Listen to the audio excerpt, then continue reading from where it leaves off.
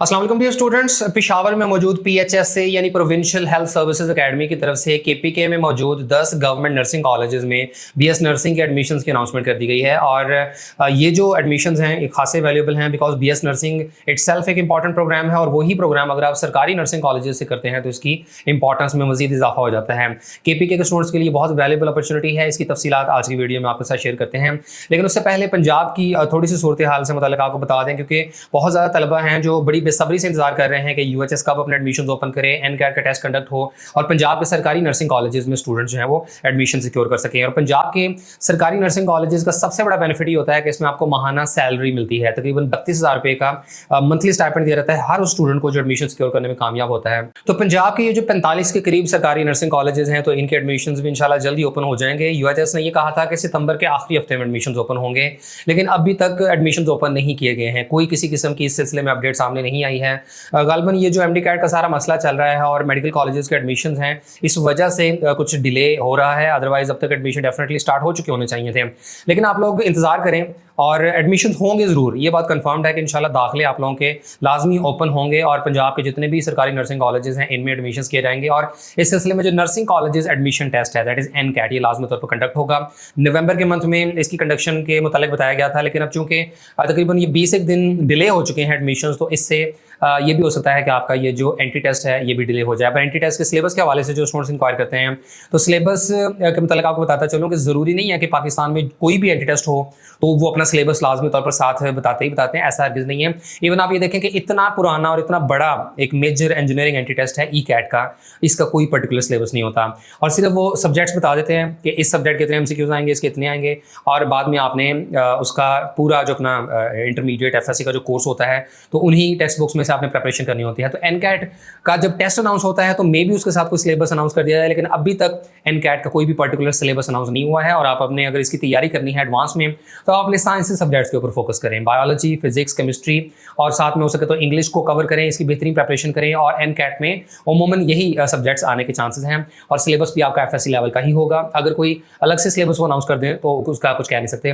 बाकी UHS की तरफ से जैसे ही इन नर्सिंग एडमिशन्स के हवाले से कोई भी अपडेट सामने आती है, NCAT के शेड्यूल वगैरह से मुताल्लिक, सिलेबस से मुताल्लिक कोई भी अपडेट सामने आती है तो इंशाल्लाह आपको एक मुकम्मल वीडियो बनाकर सारी तफसीलात से आगाह कर देंगे। तो इसके बाद आते हैं प्रोविंशियल हेल्थ सर्विसेज एकेडमी की ऑफिशियल वेबसाइट के इस पेज पर और यहाँ BS नर्सिंग एडमिशन 2024 से लेकर 2028 तक का जो सेशन है तो इन दाखिलों की तमाम तरह जो जरूरी लिंक्स हैं वो प्रोवाइड किए गए हैं। जैसे कि एडमिशन नोटिस अगर आपने देखना हो तो उसका ये लिंक है और अप्लाई करने के हवाले से जो जरूरी इंस्ट्रक्शंस हैं खासतौर पर एंट्री टेस्ट को लेकर तो उसका एक अलग नोटिफिकेशन दिया गया है। ये वो बैंक चालान है जो कि आपने डाउनलोड करना है और इस बैंक चालान का आगे चलकर जिक्र आएगा कि आपने बैंक चालान डाउनलोड करना है, तो वो डाउनलोड लिंक मैं आपको एडवांस में बता रहा हूँ कि आपने यहाँ से डाउनलोड करना है और ऑनलाइन जो आपने अप्लाई करना है उसका लिंक यहाँ दिया गया है। तो सबसे पहले हम एडमिशन जो नोटिस है इसको रीड करते हैं। तो गवर्नमेंट ऑफ खैबर पख्तूनख्वा के डिपार्टमेंट ऑफ हेल्थ की तरफ से जो ये एडमिशन नोटिफिकेशन जारी किया गया है through provincial health services academy, तो BS नर्सिंग के 4 ईयर डिग्री प्रोग्राम में एडमिशन किए जा रहे हैं KPK के 10 गवर्नमेंट नर्सिंग कॉलेजेस में। इनमें अप्लाई करने की आखिरी तारीख 4 नवंबर 2024 की शाम 5 बजे तक है।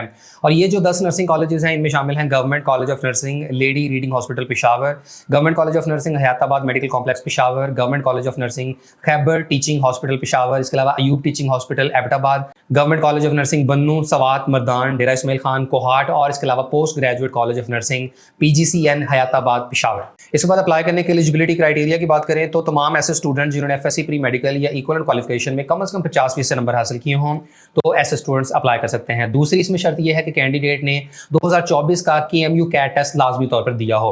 इसमें कोई मिनिमम पासिंग मार्क्स की शर्त तो नहीं रखी गई है, लेकिन सिर्फ अपीयर होना ही मैंडेटरी है। और इस साल खैबर मेडिकल यूनिवर्सिटी की तरफ से 2 KMU CAT टेस्ट कंडक्ट किए गए हैं।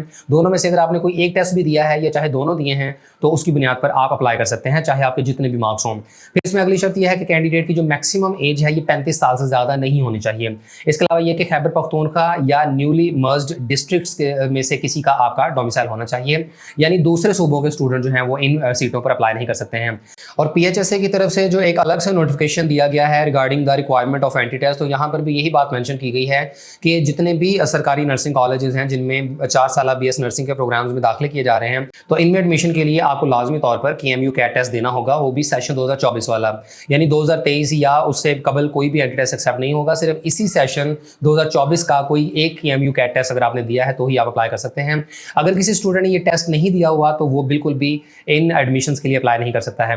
फिर इसमें जो फीमेल टू मेल रेशो रखी गई है ये है 9:1 की, यानी हर 10 में से 9 सीटें होंगी फीमेल्स के लिए और 1 सीट है मेल कैंडिडेट के लिए। अगर किसी नर्सिंग कॉलेज में BS नर्सिंग के प्रोग्राम की 50 सीटें ऑफर की जा रही हैं तो इसमें 5 सीटें मेल के लिए होंगी और 45 सीट्स होंगी फीमेल्स के लिए। और अगर किसी नर्सिंग कॉलेज में 100 नर्सिंग की सीट्स हैं तो वहाँ पर 90 सीटें होंगी फीमेल्स के लिए और 10 सीटें होंगी मेल कैंडिडेट्स के लिए। इसके बाद जो प्रोस्पेक्टस है ये PHSA की ऑफिशियल वेबसाइट से डाउनलोड कर सकते हैं। अप्लाई करने की जो प्रोसेसिंग फी है ये 500 रुपये है, जो कि आप नेशनल बैंक ऑफ पाकिस्तान के एतमाद ब्रांच के दिए गए अकाउंट नंबर में डिपॉजिट करा सकते हैं। और एडमिशंस के बाद स्टूडेंट्स को आर्जी तौर पर दाखिला दे दिया जाएगा, लेकिन इसके बाद स्टूडेंट्स को जो ओरिजिनल डॉक्यूमेंट्स हैं उन्हें वेरीफाई किया जाएगा by the respective board and office, और उसके बाद ही स्टूडेंट्स का एडमिशन कन्फर्म होगा। और अगर कोई स्टूडेंट फेक डॉक्यूमेंट्स प्रोवाइड करता है या किसी भी किस्म की कोई इसमें टेम्परिंग की जाती है तो ऐसे केस में उसका एडमिशन कैंसिल कर दिया जाएगा और उसके खिलाफ लीगल एक्शन भी लिया जाएगा। अप्लाई करने की आखिरी तारीख जो है ये 4 नवंबर 2024 की शाम 5 बजे तक है, और इसमें किसी भी किस्म की जो लेट रिसीव होने वाली एप्लीकेशन हैं उनको एक्सेप्ट नहीं किया जाएगा।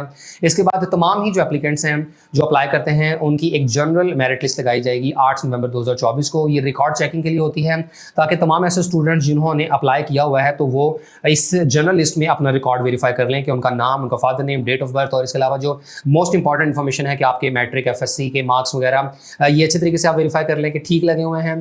फिर अगर इसमें आपको कोई करेक्शन करवाने की जरूरत हो तो ऐसे केस में आप दिए गए ईमेल आईडी के थ्रू राब्ता करके इसमें नेसेसरी करेक्शन करवा सकते हैं, और इसके लिए आपके पास 14 नवंबर 2024 की शाम 5 बजे तक का टाइम अवेलेबल होगा। और इसके बाद जो शॉर्टलिस्टेड कैंडिडेट्स होंगे मेल और फीमेल की सेपरेट लिस्ट लगाई जाएगी 20 नवंबर 2024 को, और इन कैंडिडेट्स को इंटरव्यू के लिए शॉर्टलिस्ट किया जाएगा और साथ में इंटरव्यू का शेड्यूल भी जारी कर दिया जाएगा, जिसके बाद तमाम जो शॉर्टलिस्टेड कैंडिडेट्स हैं तो इन्हें इंटरव्यू में अपीयर होना पड़ेगा। और इंटरव्यू में कैंडिडेट के फिजिकल प्रेजेंस होना लाजमी है, किसी भी बिना पर आप इंटरव्यू से एब्सेंट नहीं हो सकते हैं, और ना ही आप कोई ऑनलाइन या किसी दूसरे तरीके से इंटरव्यू दे सकते हैं। आपको फिजिकली अपीयर होना पड़ेगा at PHSA office that is near motorway northern bypass Peshawar. और इंटरव्यू के टाइम कैंडिडेट्स को अपने तमाम जो ओरिजिनल डॉक्यूमेंट्स हैं इंक्लूडिंग KMU कैट रिजल्ट, तो ये हार्ड फॉर्म में लेकर जाना होगा along with passport size photograph और एक अदद अटेस्टेड फोटोकॉपीज का सेट। ये इंटरव्यू के टाइम पर ले जाना लाजमी है क्योंकि इंटरव्यू के टाइम आपके ये तमाम ओरिजिनल डॉक्यूमेंट्स अच्छे तरीके से वेरीफाई होंगे। इसके बाद जो हाफिज़ कुरान स्टूडेंट्स हैं जिनके पास हिफ्ज़ कुरान का सर्टिफिकेट अवेलेबल हो तो इनका टेस्ट लिया जाएगा हिफ्ज़ कुरान का, और अगर ये क्वालिफाई कर जाते हैं तो ऐसे केस में FSC में इन्हें 20 इजाफी नंबर दिए जाएंगे। और शॉर्टलिस्ट होने वाले कैंडिडेट्स को किसी किस्म की कोई अलग से कॉल लेटर या मैसेज नहीं किया जाएगा, इसलिए आपने PHSA की ऑफिशियल वेबसाइट को लाजमी तौर पर रेगुलरली विजिट करते रहना है। और इंटरव्यू के टाइम और शेड्यूल वगैरह से मुताल्लिक अगर कोई चेंजेस की जाती हैं किसी भी बिना पर तो ऐसे केस में PHSA की ऑफिशियल वेबसाइट के ऊपर नोटिफिकेशन आ जाएगा। और ख्याल रहे कि KPK के ये तमाम जो सरकारी नर्सिंग कॉलेजेस हैं तो इनमें एडमिशन्स के बाद आपको फीस पे करनी होगी। ये फ्री एडमिशन्स नहीं होते जिस तरह पंजाब में या सिंध में कुछ कॉलेजेस और बलूचिस्तान की तरफ से एडमिशन ऑफर किए जाते हैं कि फ्री ऑफ कॉस्ट एडमिशन हैं और महाना स्टाइपेंड वगैरह भी मिलता है, तो KPK में ऐसा कोई चक्कर नहीं है। PHSA के इन तमाम नर्सिंग कॉलेजेस में एडमिशन के बाद आपको फीस अदा करनी होगी, लेकिन ये फीस बहुत रीजनेबल होती है और कोई बहुत लंबी चौड़ी अमाउंट आपको पे नहीं करनी पड़ेगी, बल्कि 10-12 हज़ार रुपया ये आपकी गवर्नमेंट पर सेमेस्टर फीस होगी। इसके बाद कैंडिडेट्स ने ऑनलाइन अप्लाई के लिए इस लिंक पे क्लिक करना है, जिससे ये पेज ओपन हो जाएगा और यहाँ पर अब तमाम जो जरूरी इंस्ट्रक्शंस हैं ये आप अच्छे तरीके से रीड कर लें। और यहाँ मेंशन है कि एप्लीकेशन स्टार्ट करने से पहले आपके पास एक पर्सनल पासपोर्ट साइज फोटो मौजूद होनी चाहिए, और इसके अलावा एक पिक्चर आपके पास मौजूद हो बैंक चालान की या एडमिशन फी रिसीट की। और ये वो बैंक चालान है जिसका लिंक आपको PHSA की ऑफिशियल वेबसाइट के होम पेज पर बताया गया था। आपने इसको फिल कर लेना है और 500 रुपये की जो प्रोसेसिंग फी है ये आपने मुतल्लिका बैंक में जमा करवा देनी है, और इसकी जो पेड स्लिप है ये आपके पास मौजूद होनी चाहिए क्योंकि अप्लाई करते हुए आपने इसको अपलोड करना है।